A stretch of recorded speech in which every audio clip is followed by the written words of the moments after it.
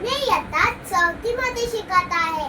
आज मी तुम्हाला एक छान गोष्ट सांगणार आहे. मला खात्री आहे तुम्हाला ती गोष्ट नक्कीच आवडेल. गोष्टीचे नाव आहे मुंगी आणि नागतोडा. एक नागतोडा खूप मजेत वसंत ऋतूचा आनंद घेत होता.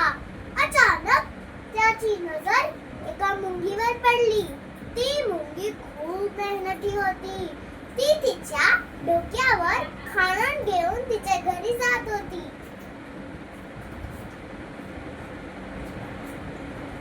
नागतोडा मुंगीला म्हणाला, तू काय इतकी चिंता करतेस?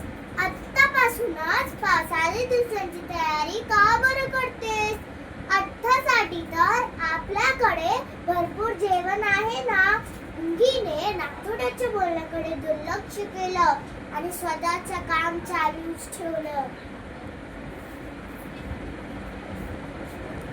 त्या वर्षी अपेक्षेपेक्षा लवकर पाऊस सुरू झाला. बिचारा नागतोडा, त्याच्याकडे तर राहायलाही जागा नव्हती आणि खायलाही काही नव्हतं. तो मदत मागायला मुंगीकडे गेला. नागतोडा मुंगीला म्हणाला, मुंगीताई, माझी मदत करशील का ग? मुंगी त्याला म्हणाली, तुला आठवते काही दिवसांपूर्वी मी तुला काय म्हणाली होती? पण मुंगी खूप चांगल्या मनाची होती. तिने नागतोड्याला राहायला जागा दिलं आणि खायलाही दिलं. नागतोडा आपल्या चुकीची जाणीव झाली होती. त्याने विचार केला, मी आधी मेहनत केली असती तर आज माझ्यावर वेळ आली नसती.